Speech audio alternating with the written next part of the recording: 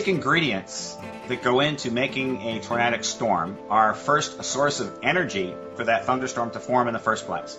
And that is provided by hot, humid air at the surface.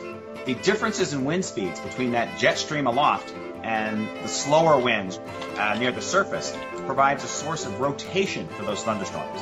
But when a rotating thunderstorm forms, it can become much more severe. And about 1/4 of those supercells will also form tornadoes. But the exact conditions which are necessary to cause that are not known.